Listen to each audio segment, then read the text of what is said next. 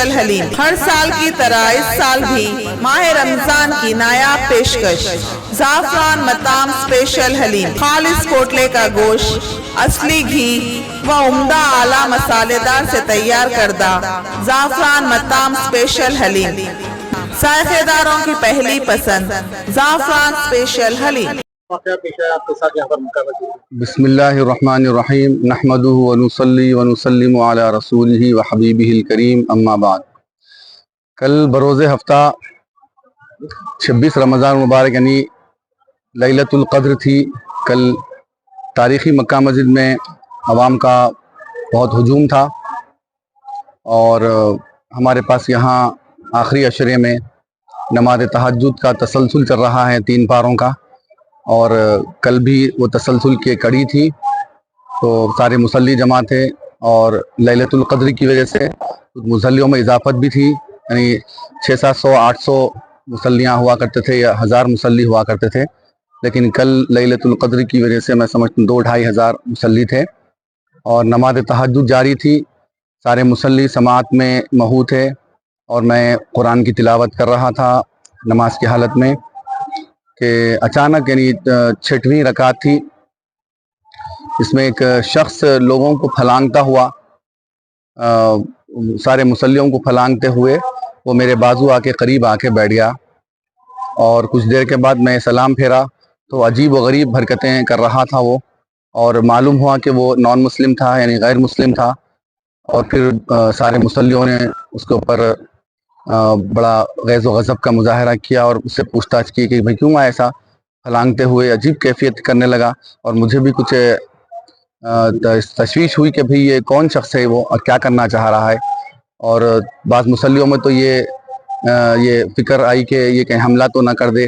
خود مصلیوں نے کہا کہ یہ فون چوری کرنے آیا ہے، ایسی کچھ باتیں نکلنے لگی، بہرحال اسے باہر کر کے پولیس کے حوالے کر دیا گیا ہے، لیکن بات رفع دفع ہو گئی تھی، لیکن کافی مصلیوں میں تشویش تھی کہ بھئی یہ واقعہ ہوا کیسا، اتنی سیکیورٹی ٹائٹ ہے، پولیس کے جوان باہر کھڑے ہوئے ہیں، اور بڑے بڑے پولیس کے لوگ یہاں کھڑے ہوئے ہیں، تو یہ شخص نان مسلم ہے، بتایا جاتا ہے کہ نان مسلم ہے یہ، بس مجھے تو اس کا کنفرم نہیں ہے، لیکن لوگ کہہ رہے تھے کہ نان مسلم ہے، اور بعض لوگوں نے کہا کہ یہ شراب کے نشے میں تھا، دھت تھا۔ بہرحال یہ آتا کیسا، مجھے بھی اس بات کی تشویش ہوئی، لوگوں نے کہا کہ بھئی یہ شاید کسی کے اوپر اٹیک بھی کر سکتا تھا، یا فون چوری کر سکتا تھا، کسی کو مار سکتا تھا، یا امام صاحب کے اوپر اٹیک کر سکتا تھا، اس کا آنا خطرے سے خالی نہیں ہے، تو لوگوں نے بہت سے اس طرف توجہ دلوائی، تو جس کی وجہ سے کافی میڈیا بھی جمع ہو گیا تھا، تو میں اس سلسلے میں اسی وضاحت کمیٹی کا پتہ نہیں مجھے، لیکن کمیٹی بھی اس سلسلے میں تشویش کا اظہار کر رہی ہے کہ بھئی یہ شخص آیا کیسا، تو ہمارا اس سلسلے میں ارباب مجاز سے، پولیس کے عہدیداروں سے ہمارا مطالبہ ہے یہ کہ اس سیکیورٹی میں اتنی کوتاہی کیوں ہو رہی ہے کہ ایک نان مسلم محراب تک، امام کے قریب تک آ رہا ہے، اور عجیب و غریب حرکتیں اور کیفیت اس کی اظہار ہو رہی ہے، جس کی وجہ سے مستقبل میں بھی ایسی کیفیت اگر ہو سکتی ہے تو بڑے خطرے کا اندیشہ ہے اس سلسلے میں۔ نان مسلم کوئی شکایت کمیٹی کی جانب سے کوئی ابھی میں سب مصلی حضرات صبح سے گشت اس سلسلے میں لگے ہوئے ہیں، جو اس نماز میں موجود تھے، ان میں بہت تشویش کی لہر ہے اور پریشانی دیکھی جا رہی ہے کہ بھئی ایسا ہو رہا کیوں۔ کمیٹی بھی اس سلسلے میں نوٹ کر رہی ہے، مجھے تو اس بات کا علم نہیں ہے، میں نے کرنا چاہیے۔ اب میں اس سلسلے میں آپ کے سامنے آ کے اس بات کو بتا رہا ہوں کہ دوبارہ نہ ہو، یہ میرا آنے کا مقصد یہی ہے کہ ایسی حرکت دوبارہ نہ ہو، اتنی تاریخی مکہ مسجد ہے ہماری، اور اس سلسلے میں اتنی کوتاہی کیوں ہو رہی ہے۔ ایک بہت بڑا واقعہ یہاں پر پیش آ چکا ہے، اس کو مد نظر رکھتے ہوئے اس واقعے کی سنجیدگی سے لیتے ہوئے تحریری طور پر ابھی تک شکایت کیوں نہیں کی گئی؟ کرنا چاہیے، انتظامیہ کرنا چاہیے، کریں گے انشاءاللہ، ہم بولیں گے۔ ہم تو سمجھ رہے تھے کہ وہ اس سلسلے میں شکایت درج کرا چکے ہیں،